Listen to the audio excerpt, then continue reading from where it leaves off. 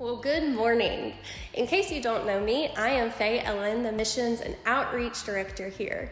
And as we continue in our season of prayer and fasting, I just want to share a little bit to hopefully shift your perspective no matter what your day may look like and hopefully get our hearts ready for the day. So I've realized my husband Gabe and I both seem to suffer from a very similar problem.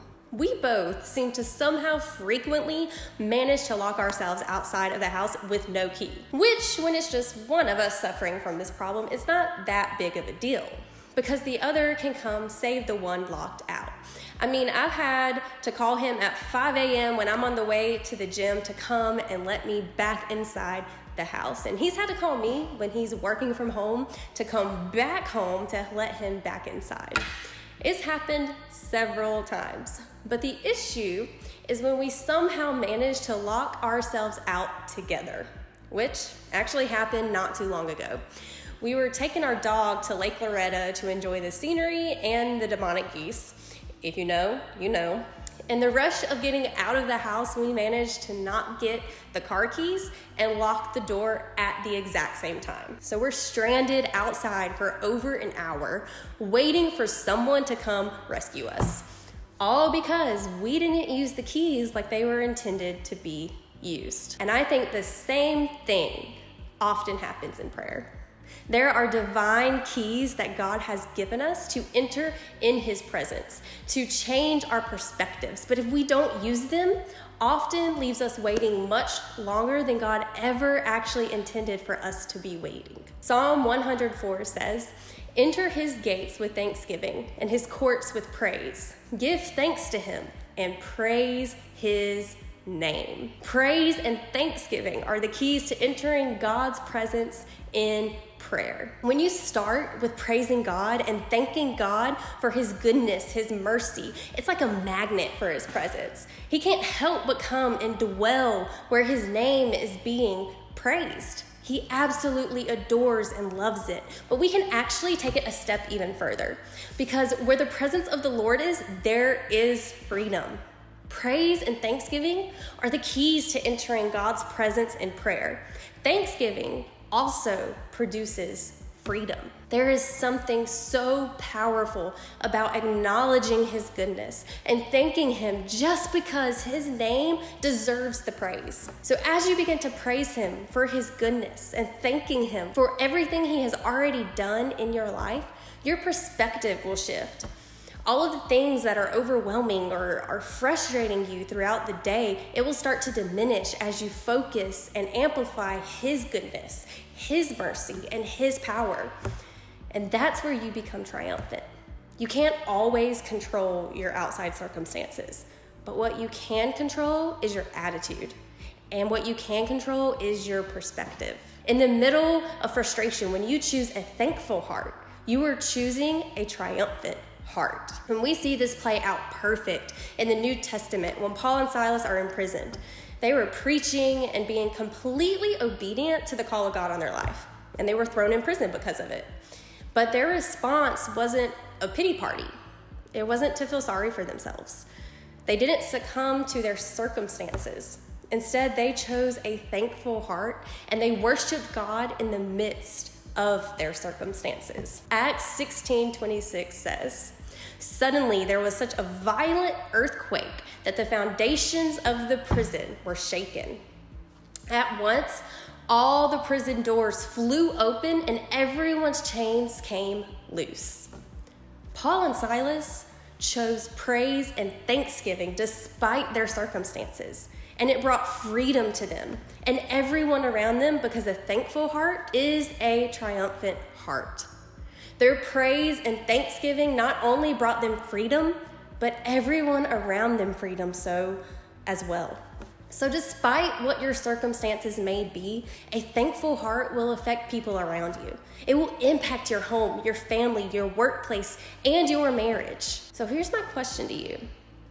What area of your life could use freedom? What area do you need freedom in? Because whatever area that is, you need to start thanking God for the blessings you have actually seen. If you need a miracle in your marriage, start thanking God for the relationships around you.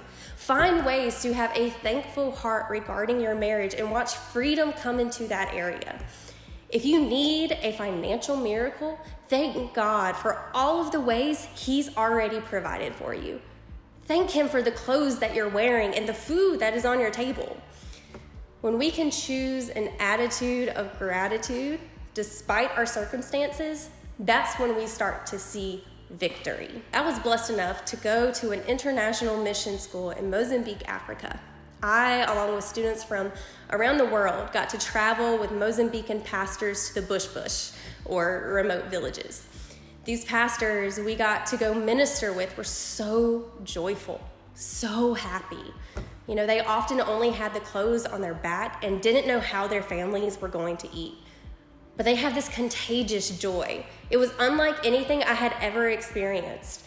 Just to show you a small sample into what I mean, check out this very brief video. Hallelujah, salama. Hallelujah, salama. Hallelujah, salama.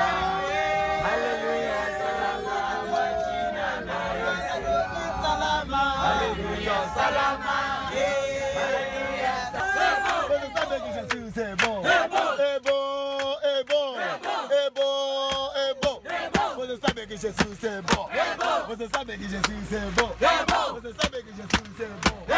That is just a small glimpse of how they live every day.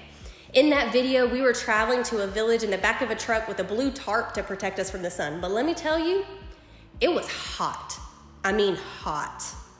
And then you have these men singing praise and worship to God. I mean, these men whose shoes are literally stapled just to stay together. It blew my mind how joyful they truly are. I began to question how these men and women who live in a third world country and have hardly nothing, but are this joyful, and how we Americans, who are among the richest of the world and have literally everything at our fingertips, are some of the most depressed, most stressed, and just sad most of the time. I mean, we really have a mental health crisis on our hands. And I finally realized the difference between us and these African pastors is gratitude. They know what it means to count their blessings. They know what it means to have lack.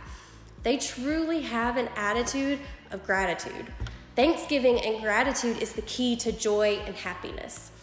Joy comes from a heart that is turned towards gratitude, towards delight.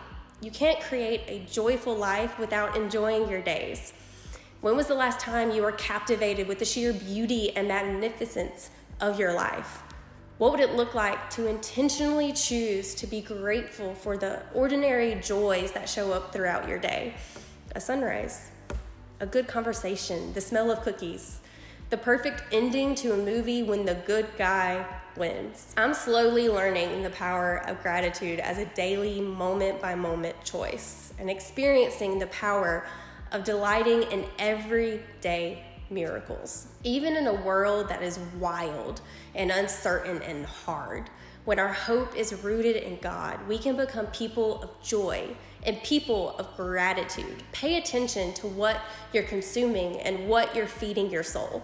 Fill your heart and mind with goodness and truth. You know, one of my very favorite things is when science and psychology finally start catching up with the Bible.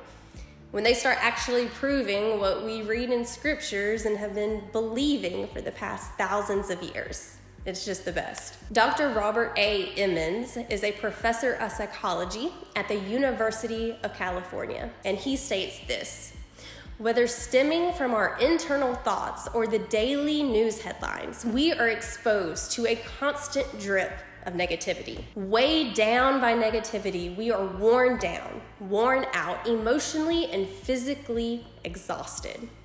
To offset this chronic negativity, we need to continually and perpetually hear good news. We need to constantly and regularly create and take in positive experiences. And here's the best part that he said.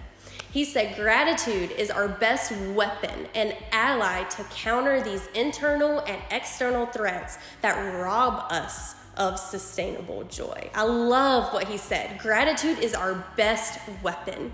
You can turn the war that is within you into worship, praise, and gratitude. That's where we find joy, peace, gladness, and even happiness. There was a study done by Berkeley of 300 participants seeking counseling because of depression. The 300 people were randomly assigned into 3 groups and given 3 different treatment programs. The first group was instructed to write 1 letter of gratitude each week for 3 weeks, whereas the second group was asked to write about their deepest thoughts and feelings about negative experiences. They focused on all the negative. And then the third group, they did not do any writing activity. The group who wrote gratitude letters reported significantly better mental health after 12 weeks. The study ended with this conclusion: gratitude unshackles us from the toxic emotions. The letter writers showed greater activation in the medial prefrontal cortex, where they experienced gratitude in the brain area associated with learning and decision making. What that tells us is that when we choose to be grateful, it literally changes the chemistry of our brains. A thankful heart is a triumphant heart. African pastors get it. Researchers and psychologists are starting to get it. I think it's time that we as believers begin to understand an attitude of gratitude is one of the best weapons we can use in our world today. It is so simple and so often overlooked. So I challenge you today, choose to be grateful. Even if your circumstances haven't changed, choose to be grateful. It's with the attitude of gratitude that you will find joy. So whatever way works for you. If you like to journal in your quiet time, I encourage you, write down the miracles that happen in your life today. As we are in a season of prayer, as we are fasting to draw closer to God, as we are praying and contending and believing God for his blessings, it is so important to be grateful for his blessings around you even now. Because no matter what you may face today or tomorrow, remember, a thankful heart truly is a triumphant heart. Let's go ahead and pray.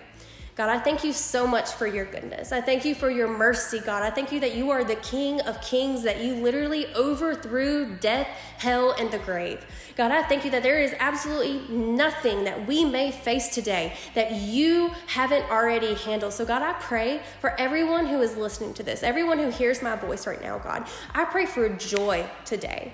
I pray that you help them, God. Help them pick out all of the good moments, all of the tiny miracles along throughout their day, God. And I pray just for joy to rise up within them, that despite their circumstances, despite how bad and chaotic and just despite the world right now, God, we can choose joy. We can choose to lean into your goodness and your grace. We can choose to lean into your joy. Amen.